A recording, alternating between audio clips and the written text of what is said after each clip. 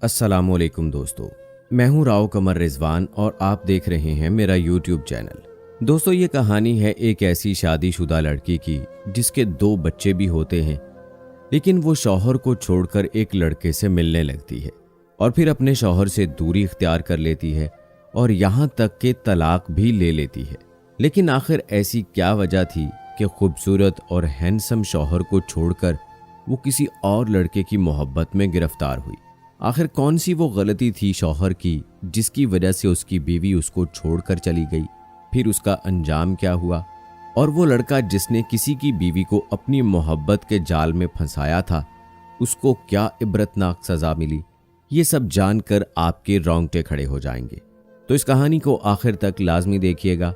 अगर आपने मेरा चैनल सब्सक्राइब नहीं किया तो अभी कर लें, साथ में बेल नोटिफिकेशन को भी ऑन कर लें ताकि आने वाली हर वीडियो आपको बर वक्त मिलती रहे। तो चलिए दोस्तों, शुरू करते हैं आज की ये दर्द भरी कहानी। मेरा भाई यूसुफ मुझसे 6 बरस छोटा था। हम दोनों की परवरिश वालदा के बाद बाबा जान ने की और उन्होंने हमारी खातिर दूसरी शादी ना की। एक बेवा फूफी साथ रहती थीं, वो हमारी देखभाल किया करती थीं। जिन बच्चों की माएँ नहीं होती उनको बहुत से मसाइल का सामना करना पड़ता है।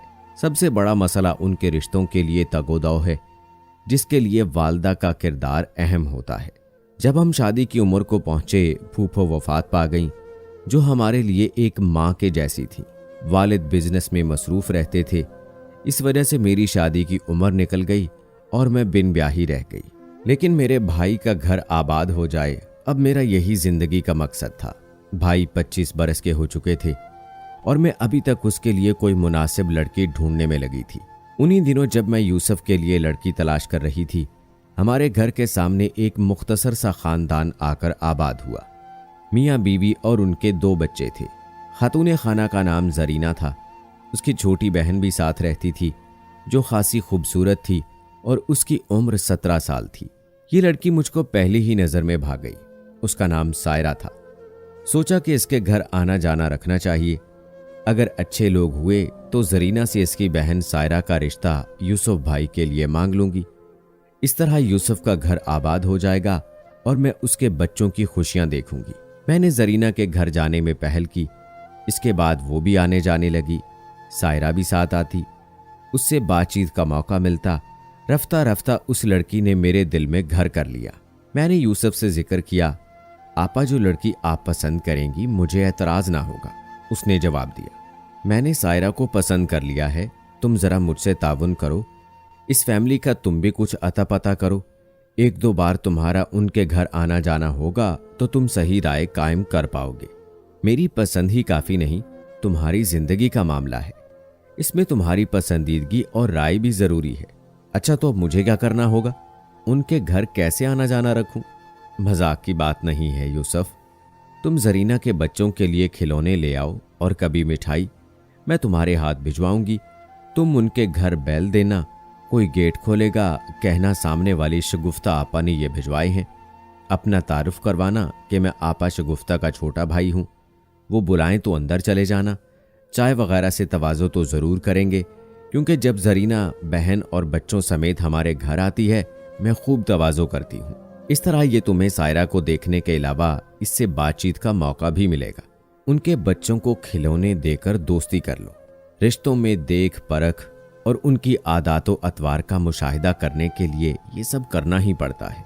गोया मैंने अपने भाई को अपनी समझ के मुताबिक रास्ते पर लगा दिया। जाहिर है हमारा कोई बुजुर्ग तो मौजूद था नहीं कि जिससे हम मशवरा करते या उसके तजर्बे से फ़ायदा उठाते। अब यूसुफ भाई मेरी जानिब से कभी कुछ देने के बहाने जाते। जरीना ही दरवाज़ा खोलती, वही उनको घर के अंदर ले जाती और वही उनको कंपनी देती, बातचीत करती, जबकि सायरा दूर से सलाम करती, चाय वगैरह बनाकर लाती और मेज़ पर रखकर चली जाती। यूं रफ्ता रफ्ता भाई जरीना यानी सायरा की बड़ी शादीशुदा बहन से ही ज़्यादा मानूस हो गया। जरीना का शौहर अक्सर घर पर ना होता, वो रात गए लौटता था। कम गू था, पास पड़ोस से मिलता जुलता ना था। सुबह का गया रात को आता। छुट्टी के दिन भी कम ही घर पर रहता था। जरीना का कहना है कि वो अपने कारोबार में इस कदर मसरूफ रहता है कि उसके पास अपने बीवी बच्चों के लिए टाइम नहीं है पास पड़ोस के लिए कहाँ से वक्त निकाल सकता है। गर्ज उसकी अभी तक किसी के साथ शनासाई ना हो सकी थी। जरीना और उसके शौहर की उम्रों में भी काफी फर्क था, कम से कम 20 बरस का फर्क तो होगा। उसके बाल कनपटियों पर से सफ़ेद हो रहे थे, थोड़े मोटे और रंगत सुर्ख सफ़ेद। ये काफी खुश लिबास शख्स था और माली तौर पर खुशहाल भी। अच्छी गाड़ी रखी हुई थी, उसके पास वो सब कुछ था जिसके होते एक बीवी खुशबाश जिंदगी बसर कर सकती है। फिर भी जब यूसुफ से जरीना बात करती तो वो शौहर का गिला ही करती। बकौल जरीना के उसका जीवन साथी बीवी को घर में सिर्फ इस कदर अहमियत देता था कि ये औरत उसके बच्चों को पालने के लिए भी है, तभी उसके घर की छत तले पड़ी रहे। वो जवान बीवी के अरमानों और हसरतों से कतई लाताल्लुक था। औरत को जज्बाती सुकून मुयस्सर न था और उसकी तबाही की सारी जिम्मेदारी उसके शौहर फाहद पर थी, जो दिन रात दौलत कमाने और उस दौलत को गलत जगहों पर लुटाने के चक्कर में रहता था। जरीना इस तरह दर्द भरे अंदाज में अपने शौहर की ज्यादतियों का जिक्र करती कि कोई इंसान उससे हमदर्दी किए बिना ना रह सकता था। यूसुफ भाई को भी उस खातून से हमदर्दी हो गई। अब उसकी तवज्जो सायरा से हटकर जरीना पर मरकूज हो गई। सायरा तो बहन के घर में एक बेजान गुड़िया के जैसी थी, जिसकी अपनी ना कोई जुबान थी और ना कान थे। जैसा बहन कहती वो करती, जैसा वो समझाती वो करती। वो इस आने वाले मेहमान से भी दूर दूर रही कि जिसको जरीना गर्म जोशी से खुशामदीद कहती थी। मेरे भाई ने जरीना को पहली बार उसके गेट पर ही देखा था, जब अपने बच्चों के साथ वो गेट खोलने आई थी और भाई ने मेरी तरफ से उसको भेजी गई पुलाव की एक बड़ी डिश पकड़ाई थी। अपने पहनावे और शक्लो सूरत से तो मालूम ना होती थी कि वो शादीशुदा और 2 बच्चों की माँ है। यूं भी उसमें ऐसी कोई बात ना थी कि उसको पहली बार देखकर इंसान ठिठक जाए। वो खूबसूरत ना थी, अलबत्ता अच्छी सूरत जरूर थी। रफ्ता रफ्ता उसका यूसुफ भाई से टकराव होने लगा। अब अगर भाई अपनी गाड़ी स्टार्ट करता, वो आवाज सुनकर गेट पर आ जाती, कहती जब फरागत मिले आ जाना, आपसे कुछ बातें करना है। भाई की जानिब उसके झुकाव का मतलब अब तक मैं यही समझती थी कि वो अपनी बहन सायरा के लिए मेरे भाई में दिलचस्पी ले रही है, क्योंकि वो भी बहन का रिश्ता तलाश करने की तगोदौ में थी, जिसका उसने इशारतन मुझसे तज़किरा भी किया था। जाहिर है कि वो खुद तो शादीशुदा और 2 बच्चों की माँ थी। ऐसी औरत बिला वजह तो किसी नौजवान को अपने घर बिठाकर खातिर तवाज़ो नहीं करती। जब मुझे यकीन हो गया कि अब जरीना अपनी बहन का रिश्ता तलब करने पर इनकार ना करेगी, तो मैंने उसकी दावत की ताकि अपने दिल की बात उससे कह सकूं और रिश्ते की बातचीत को आगे बढ़ाया जाए। वो बच्चों समेत दावत में आ गई, मगर उसके साथ सायरा नहीं थी। मैंने पूछा, सायरा को क्यों नहीं लाई? मैंने तो उसको भी मदऊ किया था। कहने लगी, वालदा की तबीयत अचानक नासाज हो गई है, उनका फ़ोन आया कि सायरा को भिजवा दो। फहद ने भी इस्लामाबाद जाना था, वो उसके साथ उनके पास चली गई है। मेरा दिल बुझ सा गया। जिसकी खातिर दावत की वो ही चली गई थी। खैर, मैंने रिश्ते की बात कर दी। वो बोली, आपा अम्मी से पूछ लूं तो आपको हाँ या ना में जवाब दे पाऊंगी। मैंने यूसुफ को बताया। उसने कोई जवाब ना दिया, मगर वो बदस्तूर जरीना के घर जाता रहा। वो हालात को देखते हुए उस औरत को मजलूम समझता था। उसने जरीना को समझाया कि या तो वो नेक और साबिर औरत की मानिंद हर किस्म के हालात में शौहर के घर में रहे, या फिर अपने शौहर से छुटकारा हासिल कर ले। एक रोज मैं जरीना के घर गई ताकि उससे सायरा के रिश्ते के बारे में जवाब लूं। वो बोली, आपा अम्मी से बात हुई थी, उन्होंने उसका रिश्ता इस्लामाबाद में अपने जानने वालों में कर दिया है। सायरा उनकी बेटी है, मैं इस सिलसिले में अम्मी को मजबूर नहीं कर सकती। उसके इस जवाब से मेरी उम्मीदों पर पानी फिर गया। ना उम्मीद होकर घर लौट आई। उसके बाद जरीना से मेल जोल महदूद कर दिया, लेकिन मेरा भाई उसके गुन गाने लगा। यूसुफ अक्सर जरीना की जिंदगी के बारे में गुफ्तगू करता और अफसोस करता कि इतनी अच्छी औरत की किस्मत खराब निकली है, किन अजाबों से गुजर रही है।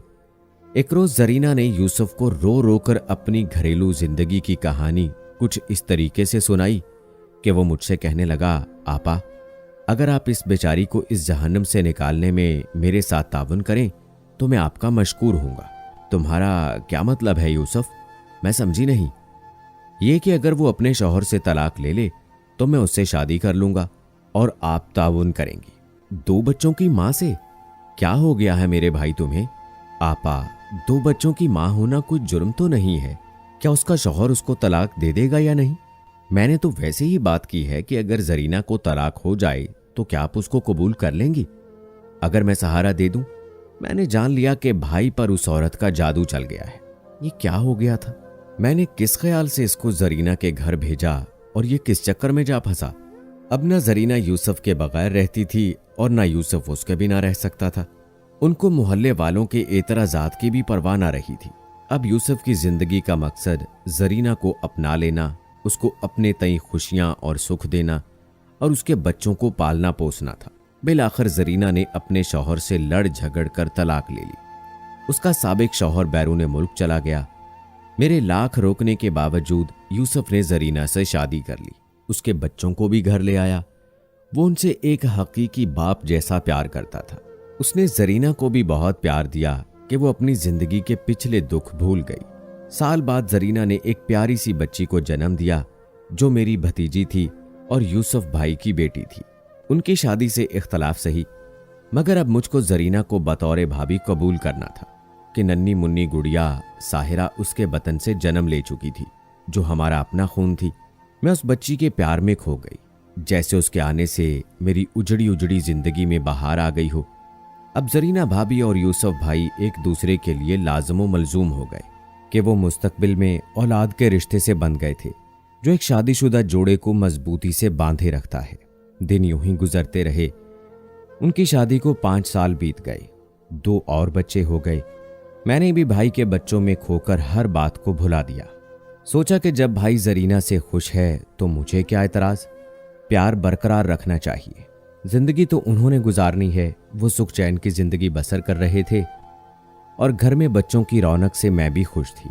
5 साल बाद एक दिन फहद अचानक हमारे घर के दरवाजे पर आया और कहा कि मैं अपने बच्चों से मिलने आया हूं। हमने इस बात पर तो एतराज ना किया कि वो अपने बच्चों से मिलने की आरजू रखता है। ये तो माँ की तरह हर बाप का भी हक होता है कि अपने बच्चों से मिले, लेकिन हमें एतराज ये था कि वो अपने बच्चों से हमारे घर में ना मिले, बल्कि उनको बाहर ले जाकर उनसे मिले और फिर चाहे तो वापस छोड़ जाए। जरीना बच्चों को बाहर ना भिजवाती थी। फहद अगर उनको बुलवाता तो कहती कि मिलना है तो यहां आकर मिल जाओ, मुझे डर है तुम बच्चों को रोक लोगे और फिर मुझे ना मिलने दोगे। यूसुफ भाई ने उसको समझाया कि यह बात मुनासिब नहीं है कि तुम्हारा साबिक शौहर मेरे घर पर आए जाए। बेशक बच्चों को जहां चाहे बुलवाए, मगर वो ना मानी। इस बात पर जरीना और यूसुफ के दरमियान झगड़ा रहने लगा। ताहम ये झगड़े वक्ती होते और मियाँ बीवी में जल्द सुलह हो जाती। भाई सोच भी न सकते थे कि जरीना भी उनसे बेवफाई कभी कर सकती है। 3 साल में फहद हमारे घर बच्चों से मिलने 10-12 बार आया और हमने बर्दाश्त कर लिया बच्चों की खातिर। इत्तफाकन उन्हीं दिनों मेरे भाई को कारोबार में घाटा हो गया। उन्होंने मुलाजमत कर ली, फिर वो मुलाजमत भी जाती रही। भाई का हाथ तंग हो गया। उधर 5 बच्चों के तालीमी और दीगर अखराजात को पूरा करना लाजिम था, सो भाई बहुत परेशान रहने लगा। फहद सऊदी अरेबिया चला गया था। वहां मुकद्दर का सितारा ऐसा चमका कि वो लाखों कमाने लगा। बाद में सारी दौलत वो पाकिस्तान में ले आया और यहाँ एक शानदार कोठी बनवा ली। ठाठ से रहने लगा। फिर से बिजनेस शुरू कर दिया और दौलत बढ़ती गई। जाने कब और क्यों कर जरीना के अपने साबका शौहर से मुरासम इस्तवार हो गए।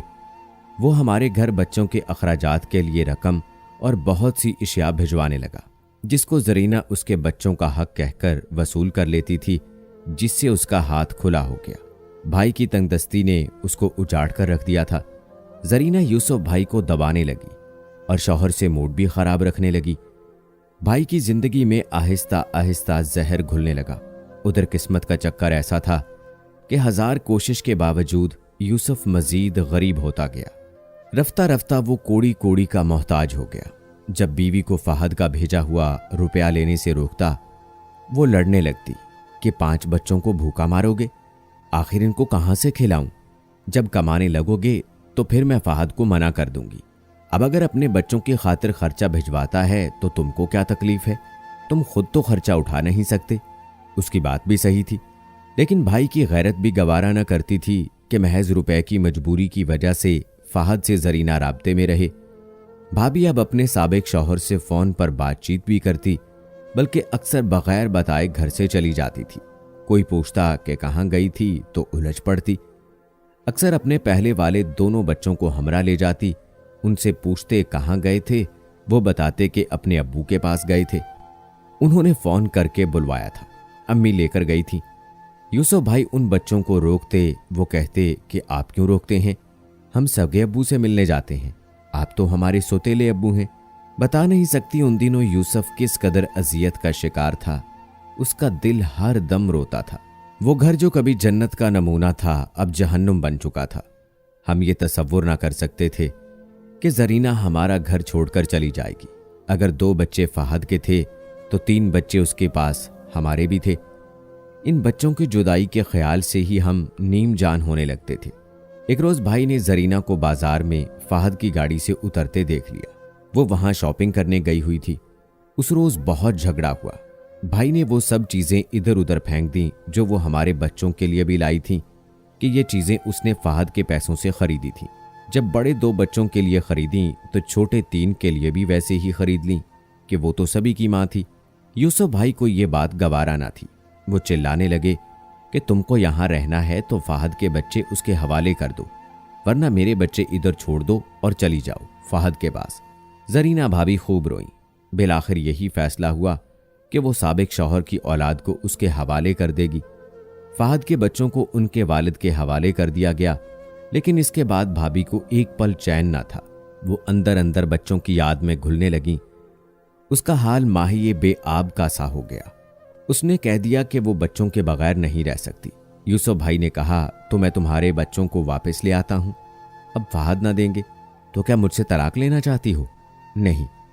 अगर ले भी लूं तो क्या ये 3 बच्चे तुम मुझको दे दोगे? भाई बोले हरगिज नहीं। मैं अपने बच्चे क्यों दूं? मैं इनके बगैर नहीं रह सकता। फिर ये कैसे गवारा कर लूं कि मेरे होते मेरे बच्चे किसी और शख्स के घर में हैं।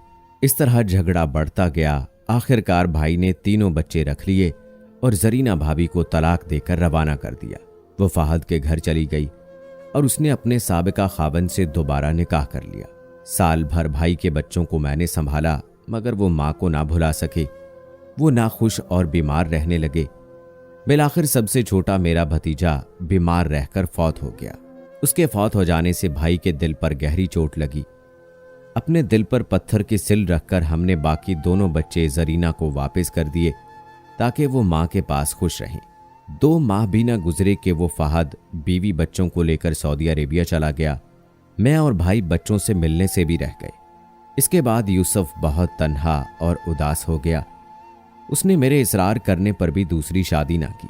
रफ्ता रफ्ता हालात संवारने की कोशिश में लग गया ताकि अपने बच्चों को खुशहाल होने के बाद वापस ला सके। हालात तो संभल गए, मगर बच्चे वापस ना आए क्योंकि वो मां के पास रहना चाहते थे। हम ही को सब्र करना पड़ा। यूसुफ भाई कहा करते थे कि ये मुझे मेरे किए की सजा मिली है। मैं अहमक अगर जरीना की बातों में ना आता, उससे हमदर्दी करके उसका घर बर्बाद करने का बाइस न बनता, तो आज मेरा घर बर्बाद होता और न दिल उजड़ता। अब दोनों ही बर्बाद हैं। दोस्तों याद रखें, जैसा किसी के साथ करेंगे वैसा आपके साथ भी होगा। जिस तरह यूसुफ ने किसी के बच्चों को उनके बाप से दूर किया, अल्लाह ने थोड़े ही अरसे में उसे उसी तकलीफ में मुब्तला कर दिया। कल किसी को औलाद की खातिर तड़पाया था, आज खुद तड़प रहा था।